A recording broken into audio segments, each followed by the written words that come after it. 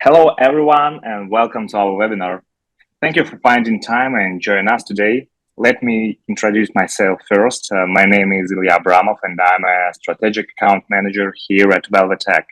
For over 20 years, we've been providing class-leading software solutions to our customers across a variety of industries. A great part of our projects today include the delivery of mobile products, which is no wonder, of course. It's definitely impossible to imagine our lives without mobile phones today, and businesses try to seize opportunities that the mobile market shapes. That's why we thought it would be exciting and most of all practical to talk about mobile app development. You know that there are several ways to build and launch a solution, and the choice might be not so obvious. So we'll dive into a popular development approach and see how to come up with a robust market strategy. Let's move to our speaker. Boris Larionov is here with us today. Hi, Boris. Yeah, hello, Ilya. Hi, everyone. Good to see you. Yeah, you too. This webinar wouldn't be possible without his willing to share his experience. That is to say, more than 5 years. Boris is a senior project manager at Velvetech, and since he joined the company, he's been helping clients drive their mobile app projects. And his passion for mobile technology and continuous learning doesn't know any boundaries. Before passing the microphone to Boris, I'd like to briefly mention that there is a Zoom chat for your questions and comments. So if you have any, don't be shy and type them in the chat box, because at the end of the webinar, we'll have time for answer the questions. And now, over to our speakers. And again, hi, Boris, nice to see you. Are you excited to start the webinar? Because I am. Yes, I'm thrilled and honored to be a speaker today. By the way, thank you. Thank you for such a nice intro. That's flattering. Anytime. Okay, I will call you. So, welcome to our webinar. As you already know, my name is Boris and I'm currently a project manager. But like many great stories, mine didn't start here. I began my journey as a developer, diving deep into the world of code, bugs, and endless cups of coffee. Over time, I transitioned from creating the building blocks to managing the entire construction process of application development. I've seen the world of mobile gadgets and apps from both the ground level and the bird's eye view. And that's give me a unique perspective that I'm excited to share with you today. Now, before we dive into the serious stuff, I'd like to cheer you up with a joke. When people ask me about my hobbies, I eagerly respond with gadgets, smart devices, and mobile app development. This often prompts a surprise follow-up question. Wait, you work in IT and you still choose to geek out over tech in your free time? Yeah, absolutely. I genuinely revel in the thrill of exploring new possibilities that operating systems offer. I admire sleek and modern user interfaces, and I truly enjoy developing or just using mobile solutions. In other words, I love my job so much that it has become my hobby. Or maybe I just really like the sound of notification pings, who knows?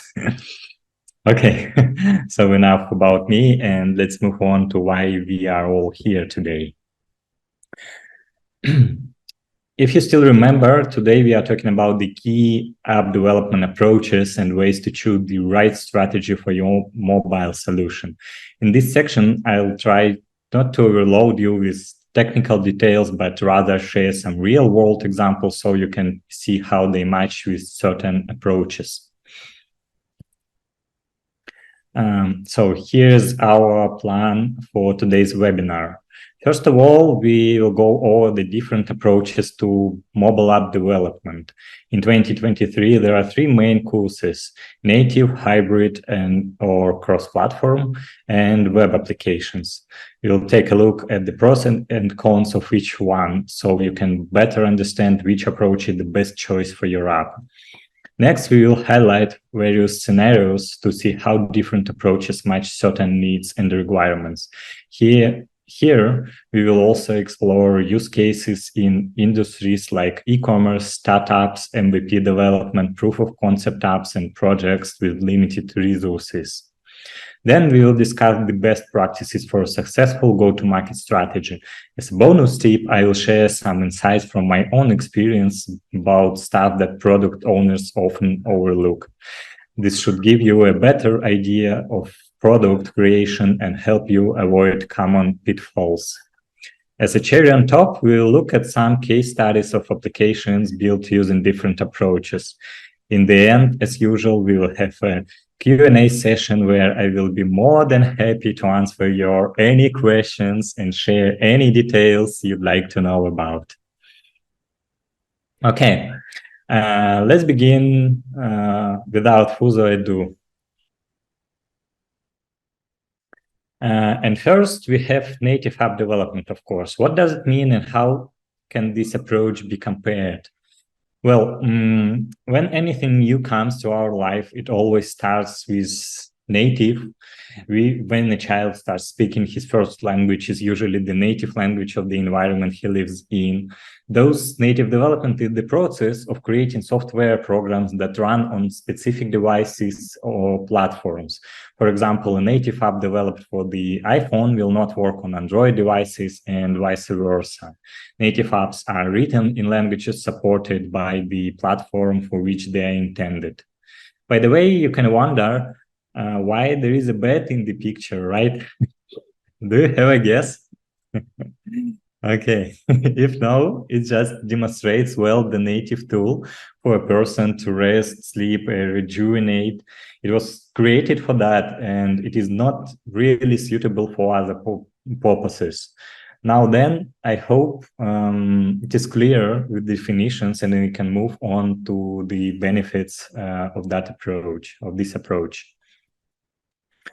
One of the most important things here is that native apps are faster and more reliable in terms of performance, since they have direct access to the device's hardware, such as a GPS module, AI camera, and microphone with a speech. It is so because the native technology speaks with the OS in the same language without a translator. Therefore, we see that native apps are designed and optimized for a specific platform. The look and feel of the app match with the user experience of the operating system.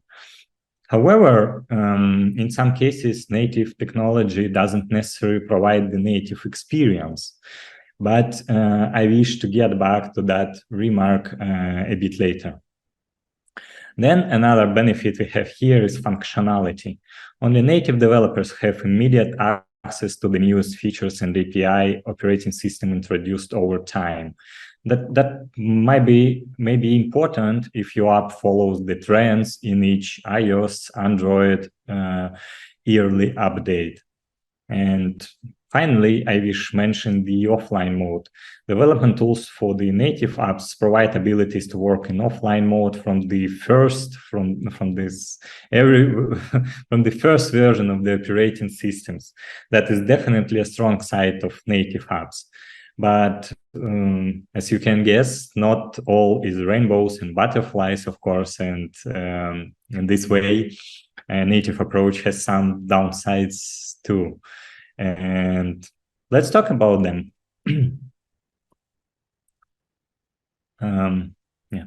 Since the app is platform specific, separate apps need to be developed for different platforms, and that the root cause of higher costs.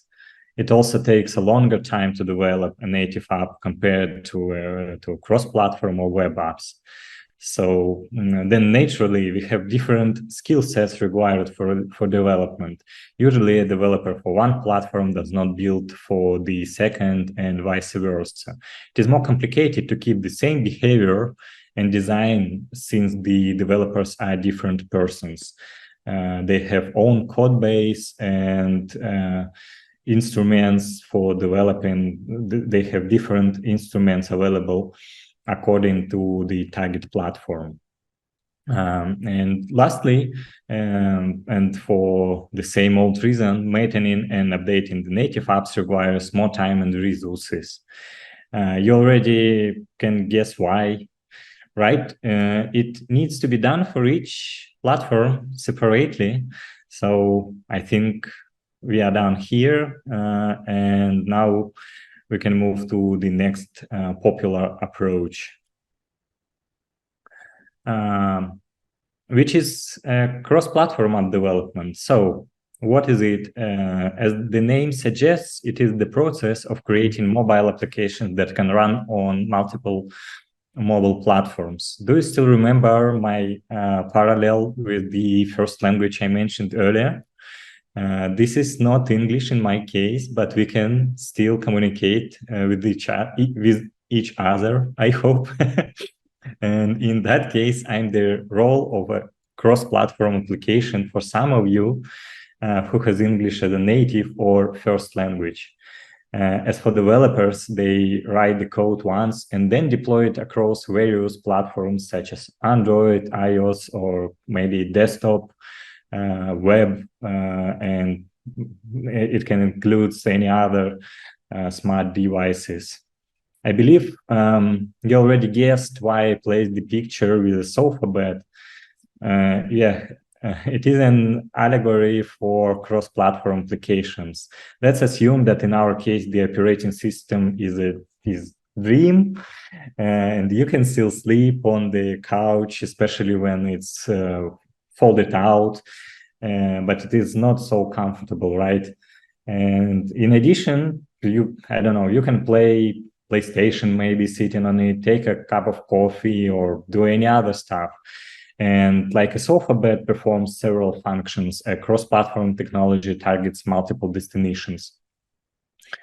Now let's take a look at what is so enticing about this approach that makes many companies opt for it.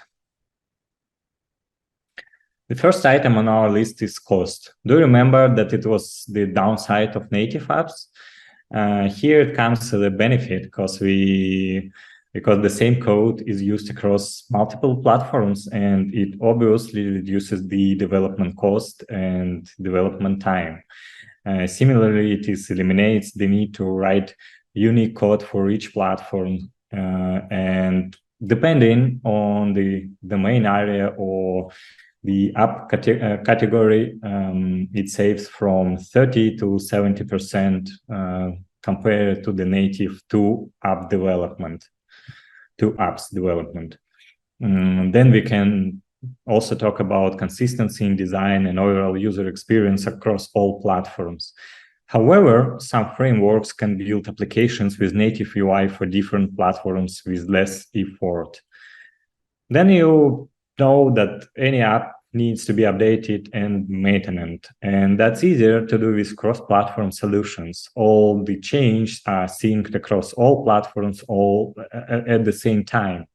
The business logic on the mobile side is easier to test because it's produced by the same source code base, and you see that this approach has plenty of benefits.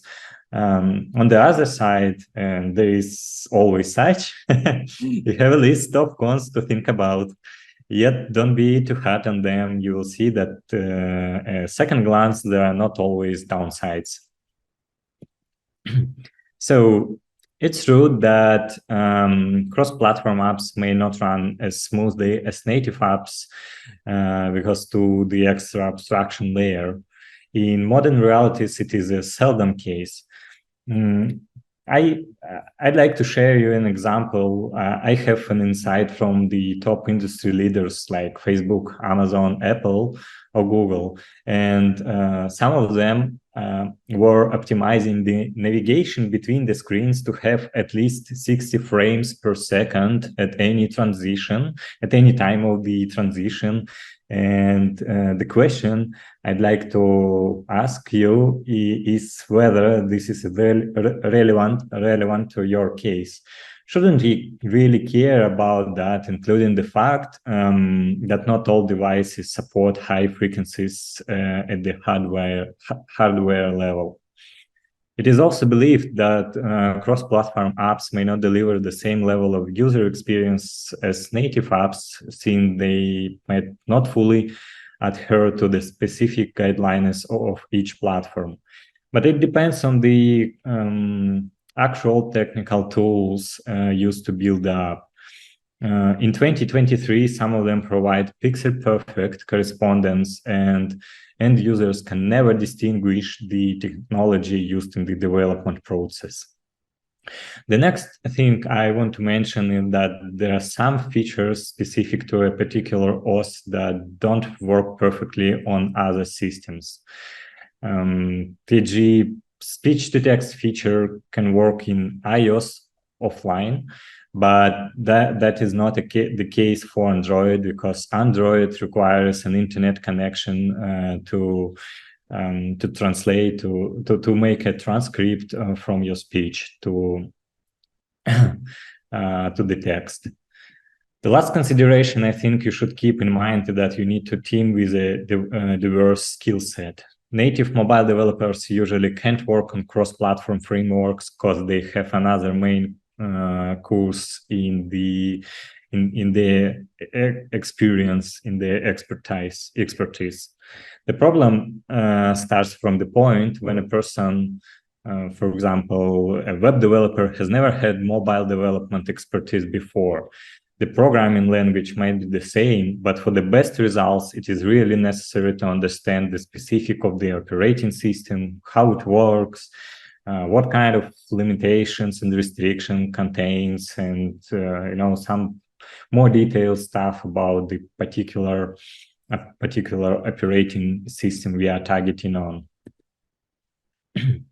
So we are finally moving to the last approaches we will discuss today, and they are mobile web apps and progressive web apps. I put them into the same category, but don't worry, I'll try to explain the difference. Mobile web apps are internet-enabled apps that are accessible from mobile devices through a web browser. They are not native apps and don't need to be downloaded and installed from app stores. Several years ago, that was only the option for mobile web applications. They work similarly to be website browsers from the desktop, but should be fine-tuned and scaled for the screen resolutions. However, in 2017, Google presented more interesting technology. It's named progressive web applications. That is a category of mobile web app that uses modern web capabilities to deliver an app-like experience.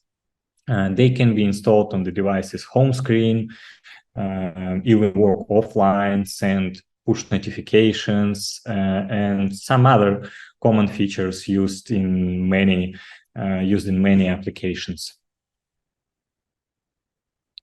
So let's see what advantages we have here.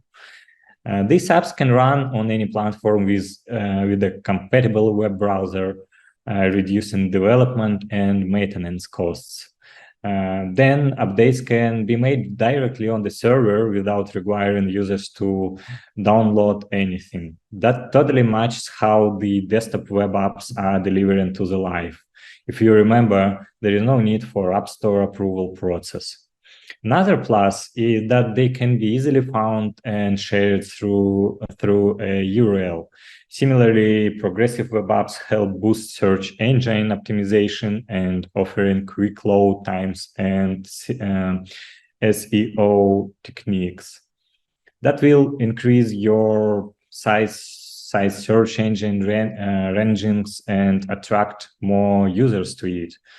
So that's a really great advantage that we can use our SEO not only in our main website, but include and extend it to our mobile application. In the end, a web developer has fewer barriers to entry and starts the implementation path. And if now wonder about the disadvantages, then here they are. Progressive web apps may not have access to all devices features and APIs compared to native apps. So in other words, they are limited to what is available by operating systems. If performance is top of your mind, then these apps might not be the best choice for you, and they may be slower and less smooth than native and cross-platform apps. Also, the integration with the device's operating system possibilities is limited and may not be so seamless. And you should always remember that PWA is still a web application wrapped in a special container pretending to be a regular mobile application. I want to reassure you that mobile web apps and PWA are not monsters. They just demons. Okay, that's a joke, and can be a good choice. For example, when you want to reach a wide audience across different platforms, when you need to make frequent updates, or when you want to provide an app-like experience with basic OS features without the need for App Store approval. We see on the on the screen, we can see that this approach is gaining popularity and interest from product companies. According to the chart grabbed from Statista, only 30% answered they definitely wouldn't introduce PWA. That's cool. And before we continue with the go-to-market strategies, I'd like to share the intuitive truths that might be hidden or forgotten by business people. On the next few slides, you will see the common proverbs that are relevant for our webinar and technical aspects as well. And the first one is shooting a cannon at sparrows. Imagine that you need to replicate your landing website and adapt it for mobile screens. And then ask yourself, should I use a native technology and hire a high-cost senior developer in this case? Compare it to the household example. How many times, I don't know, you bought a smartphone to use it as an external drive storage? I guess 0. Or how many times have you used the coffee machine to boil water? The rule totally applies to the software development process, and to tell truth, not only to mobile dev area. It's just a common rule we have to follow, always follow. Square peg in a round hole. It illustrates the following thought. If you have, for example, an idea of 3D video game, or you assume to work with the hardware of a physical device with low-level access, choosing a web-based technology most likely is not the best choice. So just choose the right instruments for your goals and needs. And moving to the last but not least proverb of today, we have looking for a needle in a haystack. So how does it correlate with mobile apps? You know, actually with any kind of apps, not only mobile, but yeah, it definitely correlates. And you know, if the technology or operating system has limitations in achieving the desired behavior, spending time on it may be a waste. In many scenarios, it would be better to make the transition of the initial vision to a suitable one that solves the same business goals. And solving business goals, one is our goal, right? So the applications are instruments to do that, but the general idea that we can transform or rephrase our initial idea to get best results we can. And don't hesitate to discuss and look for additional options with your team that can solve the same problems, but in a different way. Now I want to talk a bit about cross-platform frameworks, but first, off topic. People often look for simplicity, efficiency, and balance. Let's remember our example with a sofa bed. It's a comfy seat during the day and it turns into a bed at night. It's super handy for small rooms that do more than one thing, like an office that also maybe invites, welcomes guests. So it's like two things in one. But we go beyond upgrading our couches. Good to know that cross-platform technologies also don't stay still. And here goes Flutter, a free open source technology from Google. It powers apps for lots of different devices like phones, the web, computers, desktops, and even small gadgets like Internet of Things devices, and all using one set of code. It's becoming really popular and it's the top choice for apps that work on different platforms. In 2022, for example, it was used by 46% of developers. And honestly, even I was shocked to find out that, because that value has been achieved for 3 years of the technology existence, and they have the technology has amazing results on that. And this is the top one at the moment, and I'm excited to see what 2024 will bring us to find the updated statistic for the 2023, for example. As a bonus tip, Flutter is the native technology for Google's new operating system called Fisha. It's working in some iOS gadgets right now, and maybe some smartphones will use it in the future.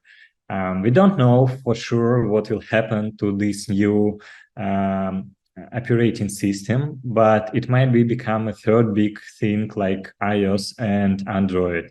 If that happens, apps made with Flutter will be easier to use and to adapt because they speak the same language as Fisha. And so if people are really using the smart devices, or you want to make up for, and if that is the case for you, just think about that being the first in the App Store must feel very good, right? And yeah, Fisha is supposed to be a cross-platform operating system and promise to cover not only mobile devices but a desktop. And as of now, there are some devices, and devices are published to the end users with pre-installed Fisha. Yeah. And now let me break down how to build your mobile apps based on its purpose. If you want your app to work well, especially if it needs to use certain device features or APIs or be super secure, go for a native approach. I'll tell you which apps use it today and why. First, I can name high-performance games that need to be possible graphics and performance. I mean, that need the best from the best, take the best from graphics and performance. For example, games like PUBG Mobile and Call of Duty. Then we have AR and VR apps that often need access to hardware and APIs, making native development a good choice. For example, Pokemon Go went native. Also, we can mention photo and video editing apps here because they also need high performance for processing and editing media. like Adobe Lightroom and iMovie. They are native apps because they fully use the device's hardware. Finally, banking and finance apps are here too. Excuse me. For extra security requests, they went native. Examples include apps like Chase Mobile and PayPal, and there are many others. Banking apps implemented using native approach. If you want your app to work well on lots of different mobile devices and give users a similar experience, a cross-platform approach is your choice here. As well as the choice of the guys from the slide, like Amazon, eBay, and Alibaba work on both iOS and Android. These e-commerce apps let users shop from any mobile device. Then apps like Instagram and Twitter are cross-platform too because they need to reach a wider audience. They provide a consistent user experience on both iPhone and Android devices. Also, messaging apps like WhatsApp, Messenger, and Viber are cross-platform too. You know what they do? They let users send messages, make calls, and share media on any device. Our favorite good old streaming apps like Netflix, Spotify, and YouTube are here as well. They work on iOS, Android, and smart TVs to let users access their favorite shows, music, and videos on any mobile device or TV. Lastly, I'd like to pay high attention on that, and we'll back to this question soon. And I'm talking about proof of concept and MVP cross-platform applications. Those can be a good way to start and get investment or make enough money to cover your costs quickly. Okay. Finally, we've made it to progressive web apps.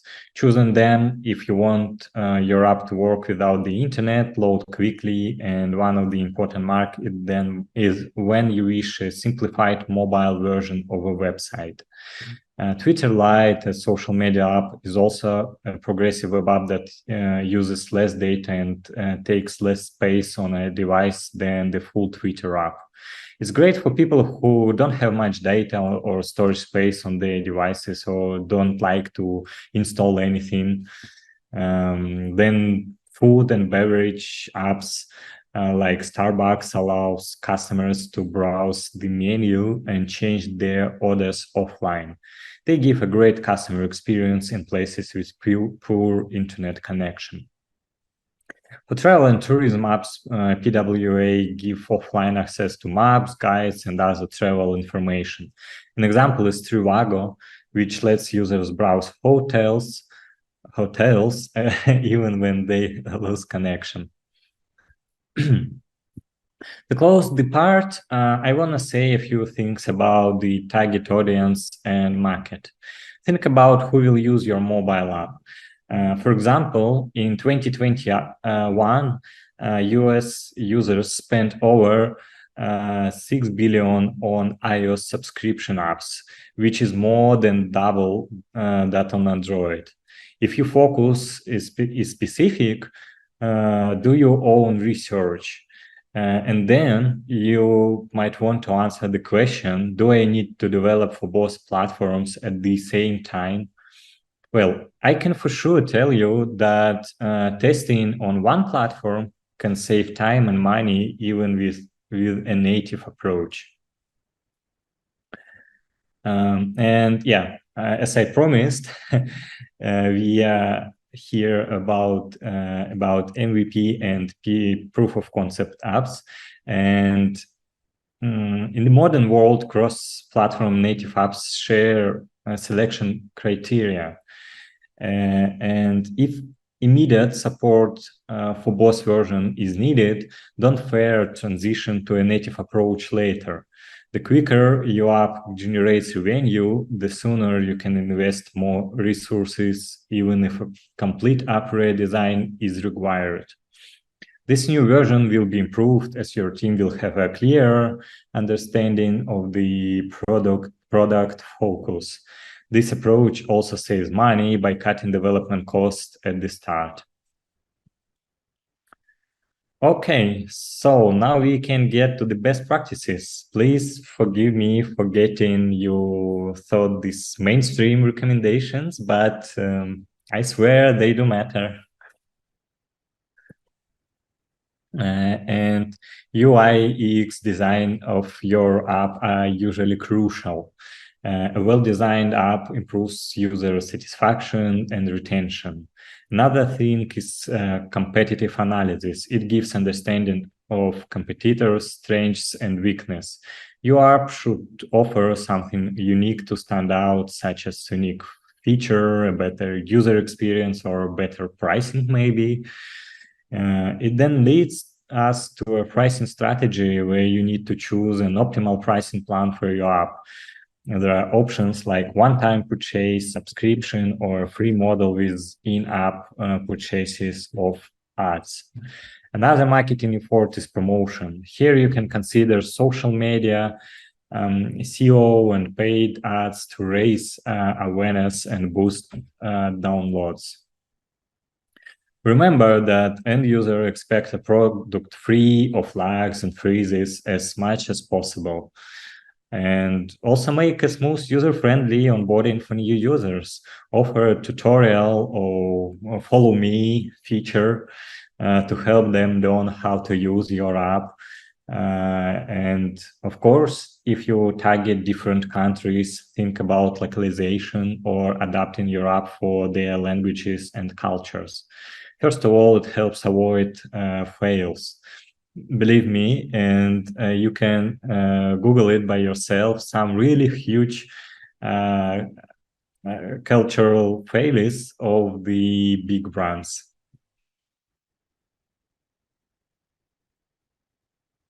Now, oh yeah, I really want to mention App Store optimization. It often gets overlooked, but imagine how top brands present luxury perfumes, watches, or cars. For your app, the main place in the App Store or Google Play is the front page. So try to use high quality screenshots and videos, not just words. However, put the right keywords in your app's description, including the marketing text. Apple and Google have a mutual financial interest in making sure your app is in demand. So don't miss them. And yeah, another crucial thing I'd like to share is official guidelines, and I'd like to pay high attention to this slide, because top companies like Apple and Google invest a lot of money to layouts fine-tuning and keep the guides up to date. Sometimes our clients are not aware of official design rules, but give us a lot of instructions for arranging up elements. This is where I want to make the point that native technology does not guarantee a natural interaction with the application. An application implemented on a cross-platform may look much more familiar to the built-in platform than an application implemented on a native platform, but with a completely different UI and UX. So yeah, again, don't miss the guidelines. They're really full and make a lot of sense in prototyping and making mockups for your mobile apps. What I also see, our clients know a little about extra features the operating system offers. For instance, in Android, there are smart push notifications. This let you put some functions right in the notification menu, so users don't need to open the app. Another example is home screen quick actions. iOS and Android let users do app-specific actions right from the home screen. You can find again, you can find that information on of these extra features in the guides I recently saw and presented to you on the previous slide. Last but not least, here's a crucial tip for your app's first release. It is not official. It's based on the opinions and maybe some kind of rumors of IT professionals on some thematic forums.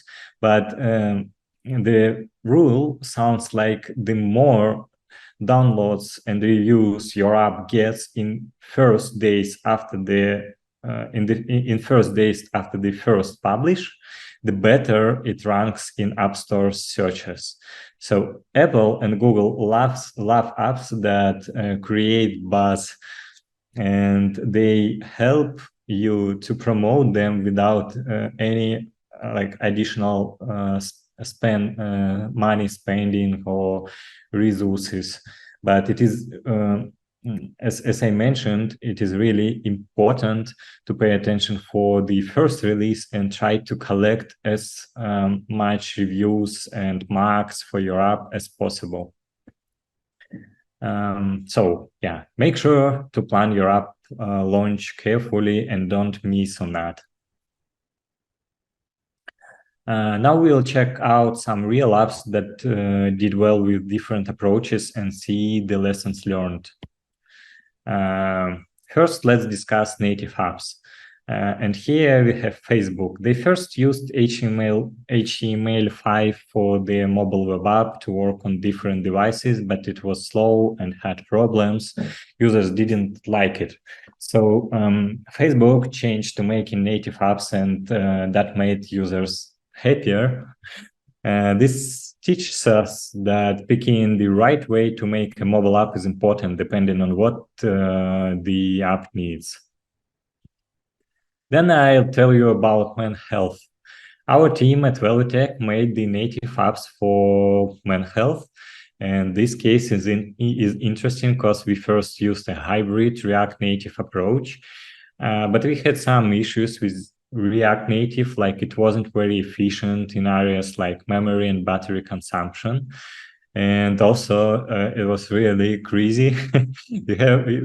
We have been catching a wild bug for a long time, and the cause was in the translation of the original line of code differed from iOS and Android. So the same line of code or the source code was translated differently depending on the target platform, and yeah, that was a real challenge to catch that.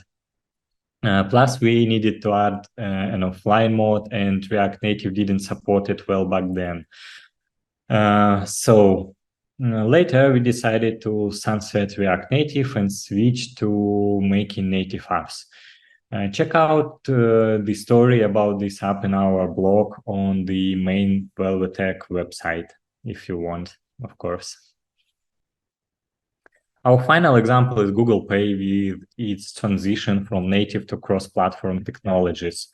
The app has 100 million users in dozens of countries and allows them to pay, save, manage expenses, and some other stuff to do. But to implement that, Google relied on 1.7 million lines of code between their Android and iOS apps, an amount that didn't feel sustainable as Google Pay continued to expand to new countries. So they decided to rebuild the app from scratch using the Flutter framework. And the rebuilt Google Pay app is smaller, more efficient to manage, and easier to update. Despite adding several new features, the new code base is 35% smaller than the original implementation. At the same time, the team estimates that they've saved about from 60 to 70% of their engineers' time because Flutter is just so much easier to manage. So we've covered a lot of things today, and I'm almost done boring you. Yet I'd like to quickly wrap up the key takeaways from this webinar and go over the 4 main tips from my side. I know that you might be a bit tired, so I promise to be brief. So, as one author said, there is no silver bullet, but we will continue to work to get in, right? And the common advice here is related to the thought we mentioned in the beginning. There are far fewer bad technologies than their misuse or usage, maybe by not so experienced people in the specific technology or area.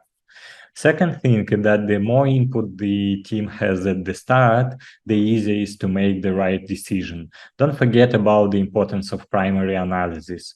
That should include the target audience, monetization plan, sales market, main target platform, the app category, and so on. Then I strongly advise you to follow the recommendations provided by Apple and Google. This will obviously make a lot of things easier down to the road. Simple is better than complex. Complex is better than complicated. And finally, if you don't feel confident in mobile app development, don't hesitate to contact professionals. Of course, we all understand that it comes at price, but believe me, additional cost at the start can save a lot of resources and money in the future. In case you need some help with choosing a partner, I want to share a couple of resources with you. The first one is an article published on Velvetech's website. It will equip you with the right set of questions to challenge your future mobile app team. You see the code on the screen to get it, and of course we'll share the slide deck with all of you later on. Yeah, Elia, maybe can you send the link in the chat now? And yeah, okay, great, thank you. And we also have an entire guide on how to choose a trusted development partner. This one you can also get by scanning the QR code you see on the screen. Remember, you don't have to navigate mobile app development alone. Many companies like Velvetech offer comprehensive development services. Our teams can guide you from planning to deployment, helping choose the best development approach for your project, for your needs. And Velvetech has a proven track record in various industries, so we can provide the support and expertise exclusively for your project needs. So thank you for your time, for listening to me. I hope it was useful, insightful, and even interesting. Now I'm ready to answer your questions. As I see, we have time left for that. And Ilya, how many do we have in the chat? Yes, you're right. We have some questions, but first of all, thank you, Boris, for sharing all the insights, your experience, and your thoughts on the topic. We will go ahead and take some time for questions now. It looks like we have a few here. Let me read it for you. Just a sec. We have 2 similar questions from Cindy and Andy. Is one approach more secure than the other? Whoa, that's a great question. I'm glad to hear that. And yeah, I probably didn't mention that a lot. But the first thing I'd like to say that it depends on how you build the code. For example, there are some common best practices that should be considered in any approach. For example, store sensitive data in secure data storage provided by the operating systems or a browser. For, I don't know, adding and implementing code obfuscation mitigates the risk of reverse engineering, which is, to tell truth, which is more actual for native apps. Of course, we have to avoid redundant and not well-known third-party libraries usage. Those may have their own security issues. For cross-platform apps, we have doubled risk in the code vulnerabilities, since the same code base is used for different platforms, right? So therefore, vulnerability in the code can affect at least two or many platforms we are targeting on. And talking about web apps, they should follow the best practices for the web development. For example, care about cross-site scripting and cross-site request forgery attacks. So I would say that there is. It's not really possible to say which of the app is more secure or not, but we have to care about basic stuff, regardless of the chosen approach, and then pay attention for specific things related to a particular approach. Am I answered the question? I think so. Let's move to the next question from Kate. Fast delivery and high quality are not really compatible. Boris, how do you suggest balancing it? Well, that's a good question. Thank you, Kate. Today we have the best questions ever. Well, in a nutshell, we have a look for the golden mean, right?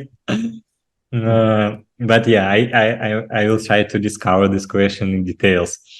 I think that in this case, the question is relevant to any kind of development and IT processes, not just mobile. First of all, we can turn to the agile methodology, which includes collaboration, customer feedback, and small and rapid releases. We don't need to deliver a perfect product at once, but aim for incremental improvements. We have to prioritize our backlog, because not all features are really important. Even if you think that they are all important, we always can balance between them.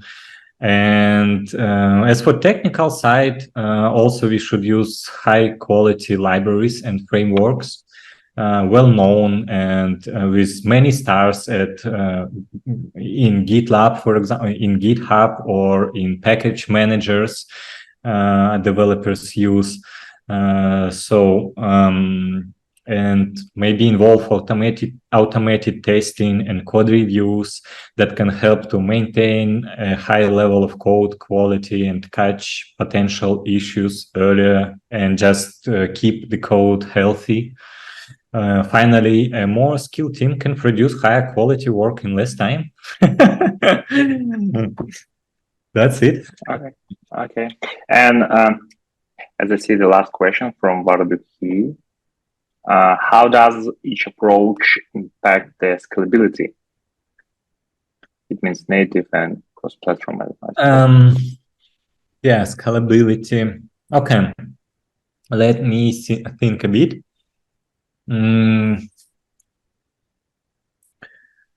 I would say web apps are highly scalable in terms of platform compatibility, since they can be accessed from any device with a web browser. However, they rely heavily on the server for processing. I mean, they require more resources. So server scalability can be a major consideration for web apps. As your user base grows, you may need to invest in more server resources to maintain performance, or to launch additional clusters and I don't know, CPU, memory, and so on.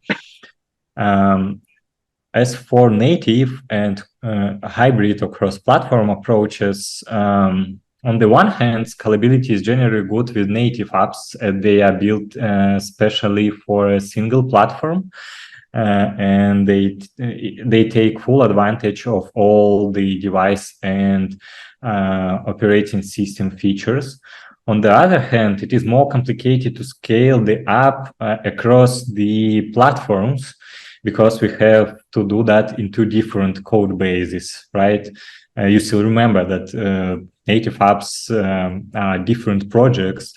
So it is easier to scale it in one project, but if we take them both, we need to do it like twice, for example, for Android side and for iOS side.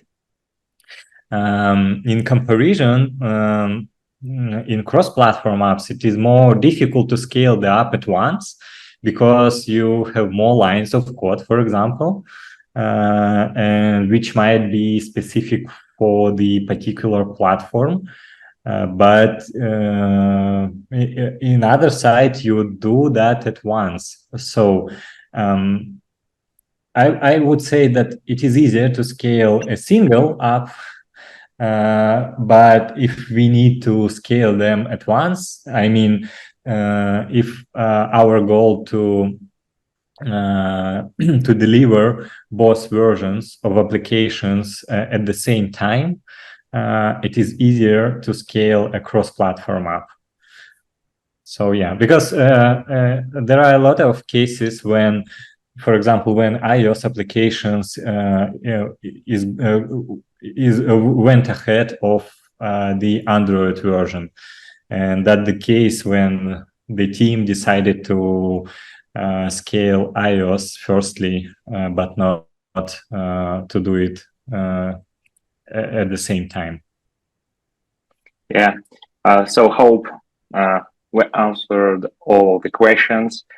So thank you so much for all of your questions. I'm glad we had the time to answer them all again. And however, if anything comes up later on, feel free to visit our LinkedIn page and leave your question in the comment section of our newsletter.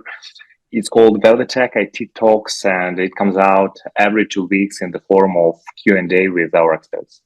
So leave your question there, and you'll get them answered by our IT specialist shortly.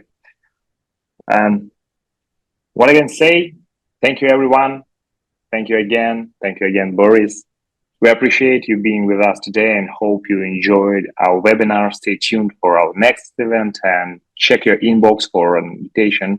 Thanks again, and have a good day. Yeah, thank you all, and I appreciate your presence. And Ilya, thank you for supporting me. So yeah, anytime, as I said. Okay, I will definitely call you. Yeah, have a great day, evening, or whatever, and goodbye. Have a good day and take care. Bye-bye.